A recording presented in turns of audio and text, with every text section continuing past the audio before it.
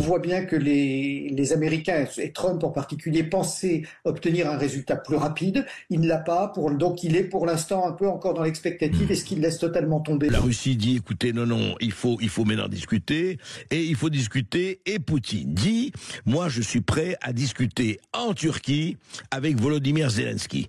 Les Européens disent, pas question, écoutez, il faut d'abord le cessez-le-feu de 30 jours, et puis après. Et enfin, patatras, hier, Volodymyr Zelensky, le président ukrainien, dit, j'attends. Alors sur le terrain, en aucun cas, on voit bien que les Russes continuent à progresser, ils solidifient beaucoup plus leur position finalement qu'ils n'avancent, qu'ils ne cherchent à conquérir de nouvelles terres. Il faut rappeler encore une fois que fin mars 2022, Vladimir Poutine était prêt à reconnaître une forme d'autonomie. Une très très belle chanson, évidemment. Qui veut de la guerre? Personne. Qui veut de la paix? Tout le monde. En attendant, il se passe quand même beaucoup de choses sur le front. Bonjour Éric Delessé.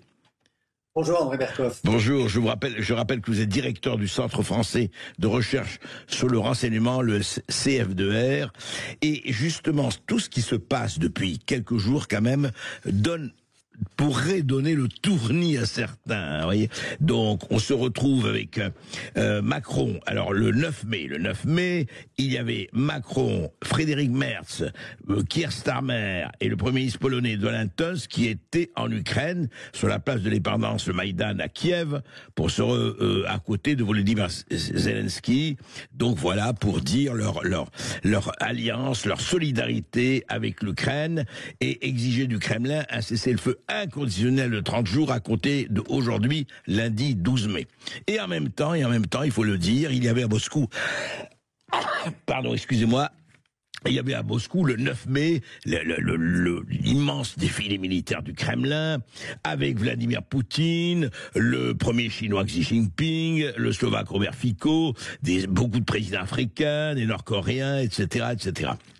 Alors, qu'est-ce qui se passe? Parce que après ça, évidemment, ça continue. Alors, qu'est-ce qu'on fait? Eh bien, Emmanuel Macron a prévenu une conférence de presse à l'issue du sommet pro-Kiev, pro-Ukraine. En cas de violation, nous lancerons des sanctions massives et coordonnées entre Européens et Américains. Donc, encore une fois, augmentation des sanctions. Donc, cessez le feu de 30 jours, demandent les Européens avec en tête Emmanuel Macron.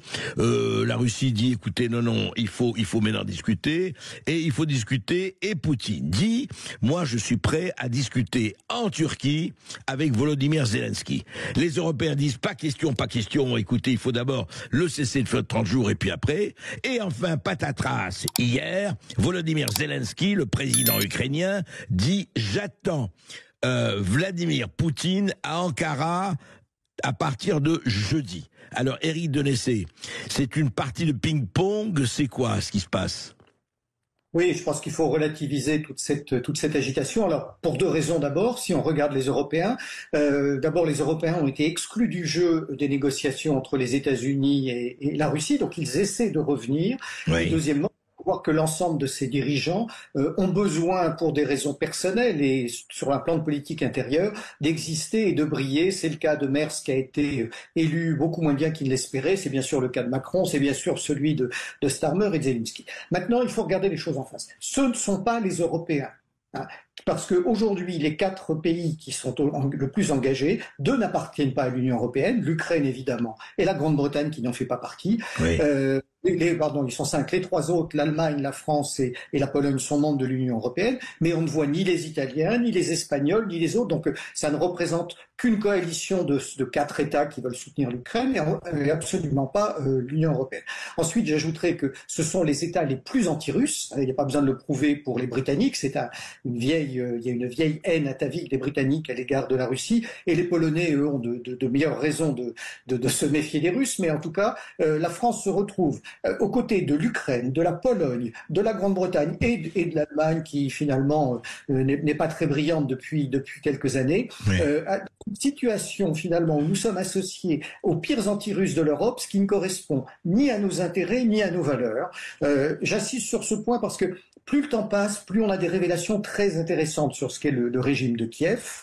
D'une part, sur le plan des élections, Zelensky n'est plus le président légitime depuis plus d'1 an. Il a en plus décalé les prochaines prochaines élections législatives qui auront lieu avec 5 ou 6 mois de retard. Donc il bafoue véritablement les règles démocratiques. Et puis, alors que nous tous, nous critiquons l'extrême droite qui était dans les rues à Paris ce week-end, l'AfD qui vient d'être mis, entre guillemets, hors la loi en Allemagne, et nous continuons obstinément à fermer les yeux sur l'extrême droite ukrainienne qui, finalement, occupe le pouvoir à Kiev, que nous essayons de légitimer et de penser normalement, alors qu'il y a de plus en plus d'informations, pardon, y compris sur le rôle de cette extrême droite, mais également sur le début de la guerre et l'offensive du 16 février 2022 contre les populations du Donbass. Donc, réellement, on marche sur la tête. Je terminerai sur un point. Tous ceux qui plaident aujourd'hui pour des négociations sont ceux qui les ont refusées en avril 2022. Il faut rappeler qu'après semaines de guerre, Moscou avait fait des vraies propositions de paix. Les deux délégations russes et ukrainiennes s'étaient entretenues à Istanbul. Exact. Ça a été confirmé par les Turcs, ça a été confirmé par Naftali Bennett, l'ancien Premier ministre. On a balayé tout ça d'un revers de main, les Anglais et les Américains étant les principaux responsables. Et aujourd'hui, ces gens accusent Poutine de ne pas vouloir négocier, alors qu'ils sont responsables finalement de la poursuite de cette guerre qui aurait pu être interrompue au bout de 6 semaines. Donc on est vraiment, excusez-moi d'être un peu trivial, mais dans du foutage de gueule intégral. Alors justement, ce qui est intéressant quand même, et les voies de l'histoire sont impénétrables, notamment, c'est que en principe, jeudi prochain, c'est-à-dire dans 3 jours, dans la même Ankara, en Turquie, où s'est passé le rendez-vous manqué, et on rappelle, Éric Denessé, vous avez raison de rappeler ce rendez-vous de mars 2022, c'était un mois après l'invasion de l'Ukraine, que effectivement a été proposé et par les Russes et les autres, ils se sont rencontrés, mais un certain Boris Johnson, aussi un peu cornequé par Joe Biden, a dit attention, non, pas question que vous négociez, on vous donnera les armes, on vous donnera l'argent, etc. Et vous continuez à vous battre, et on a vu où on en est 2 ans après, et plus d'1 million de morts et de blessés de part et d'autre. Est-ce que, alors c'est une ironie de l'histoire que là, en principe, on verra si ça se passe, Poutine et Zelensky se retrouveraient dans la même Turquie, patronnés par Erdogan, enfin avec des bénédictions d'Erdogan, jeudi prochain. Oui, alors c'est un peu une surprise, mais ça montre aussi, en tout cas d'une certaine manière, que le président russe est capable d'évoluer, puisque c'est lui qui propose la rencontre. Je vois dans les médias mainstream un certain nombre d'analystes, pour ne pas parler d'agiographes, qui sont en train de dire Zelensky met Poutine au pied du mur, mais c'est une interprétation qui est totalement stupide et partiale, puisque c'est Poutine qui propose ces négociations. Ça montre bien évidemment, tout le monde a intérêt à la fin de cette guerre. Pour les Russes, pas à n'importe quel prix, mais ça a un impact sur eux. Ce ne sont pas les menaces des soi-disant ultra-sanctions européennes, une nouvelle fois formulées par Emmanuel Macron et les autres chefs d'État, qui pèsent honnêtement. Ce sont des grenouilles qui essaient de se faire aussi grosses que le bœuf et qui n'en ont pas les moyens. On le voit aussi sur le traité qui est pour l'instant signé, mais qui n'est pas ratifié entre la France et la Pologne. Voilà. Ça, oui. Mais ce sont des attitudes totalement nous n'avons pas les moyens de cette politique. Voilà ce qui est important. Oui, alors Éric Denessé, c'est intéressant ce que vous dites, parce qu'on dit on va encore augmenter les sanctions si ça ne se fait pas. Vous dites que ça n'a aucun effet. On peut augmenter 10 fois les sanctions, ça ne changera rien à la réalité et du terrain et de ce qui se passe. Alors sur le terrain, en aucun cas, on voit bien que les Russes continuent à progresser. Ils solidifient beaucoup plus leur position finalement qu'ils n'avancent, qu'ils ne cherchent à conquérir de nouvelles terres. Il faut rappeler encore une fois que fin mars 2022, Vladimir Poutine était prêt à reconnaître une forme d'autonomie des 4 oblasts qu'il avait rattachés à la Russie. Donc c'était sur la table. La Crimée n'a jamais été sur la table. Et d'ailleurs, les Américains l'ont bien confirmé. La Crimée, pour eux, appartient à la Russie et c'est une réalité historique qu'il est difficile de contredire. Maintenant, les sanctions, honnêtement, on voit très bien depuis 3 ans que la Russie se passe très bien des sanctions. Son économie est revenue au 4e niveau international. Elle a dépassé les économies européennes. Ça ne veut pas dire que tout est rose dans la vie russe. Il y a une inflation importante. Mais honnêtement, les pressions que l'on peut mettre sur Moscou, c'est de la poudre aux yeux.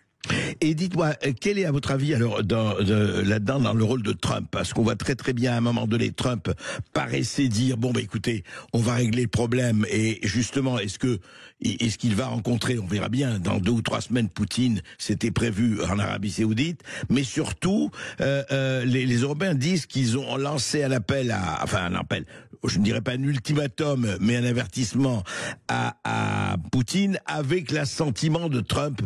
En tout cas, ils ont dit que Trump partageait cela, et on a vu Trump dire à Zelensky, non, il faut absolument que vous parliez à Poutine. Quel est au fond aujourd'hui, et c'est vrai qu'il peut changer Trump, il sait pas, mais à votre avis, l'attitude de Trump et des États-Unis aujourd'hui? Alors d'abord, les États-Unis ont fait à mon sens une erreur, c'est qu'ils ont essayé de se poser comme médiateurs dans ce conflit alors qu'ils étaient co-belligérants. Il faut rappeler qu'entre 2016 et 2020, pendant son premier mandat, Trump avait contribué à armer l'Ukraine. Donc pour les Russes, même s'ils voient bien qu'il y a un pas en avant qui est fait du côté des Américains, ils ont saisi cette chance, ils ont dialogué ensemble, les Russes se méfient d'abord. Ils n'oublient pas ce qui s'est passé entre 2016 et 2020, le soutien de Trump à l'armée ukrainienne, et puis surtout, vu qu'ils mesurent que Trump change régulièrement d'avis, ils sont obligés d'être méfiants, si ce n'est défiants. Prudent, oui, je comprends. Voilà. Alors, on le voit bien d'ailleurs avec les deux négociateurs qui sont envoyés vis-à-vis de Poutine, que ce soit le général Kellogg ou Serge Vitkov. L'un est beaucoup plus ouvert, je pense à Vitkov. Le général Kellogg lui-même est plus sur la position des néoconservateurs américains. Celui qui joue un rôle important, c'est J.D. Vance, qui lui est très très anti-ukrainien et veut que les choses avancent. Donc pour l'instant, on voit bien que les Américains, et Trump en particulier, pensaient obtenir un résultat plus rapide. Il ne l'a pas, donc il est pour l'instant un peu encore dans l'expectative. Est-ce qu'il laisse totalement tomber? Mais le soi-disant soutien de Trump aux Européens, à mon avis, d'abord doit être vérifié, et ce n'est absolument pas un soutien franc et massif. En fait, à votre avis, ça va quand même se jouer à un moment donné, on ne sait pas, dans quelques semaines, dans quelques mois, entre Trump et Poutine en Arabie Saoudite ou ailleurs. C'est là où ça va véritablement se jouer.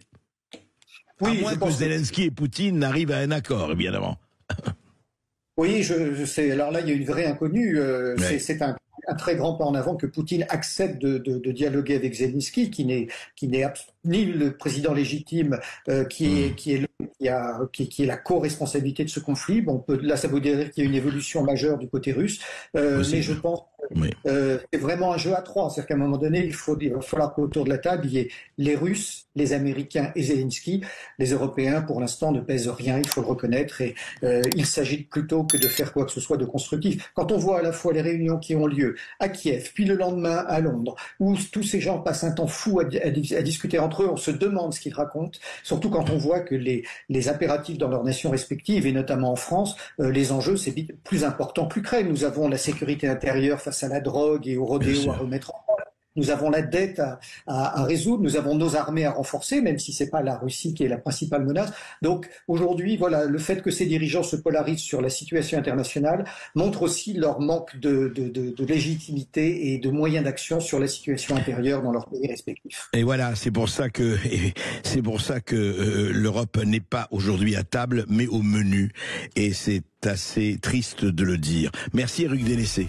Alors, cette vidéo analyse les récents développements du conflit en Ukraine entre tentatives de médiation et durcissement des positions, tandis que l'Europe affiche un soutien symbolique à Kiev. La Russie propose des pourparlers ignorés par l'Occident. Le rôle des États-Unis reste central dans cette situation entre ambivalence stratégique et influence déterminante. Pourquoi les efforts de paix échouent-ils malgré les apparentes ouvertures diplomatiques? Le soutien occidental est-il cohérent ou davantage motivé par des intérêts internes?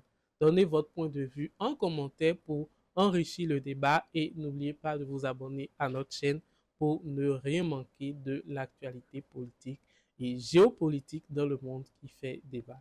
À tout de suite.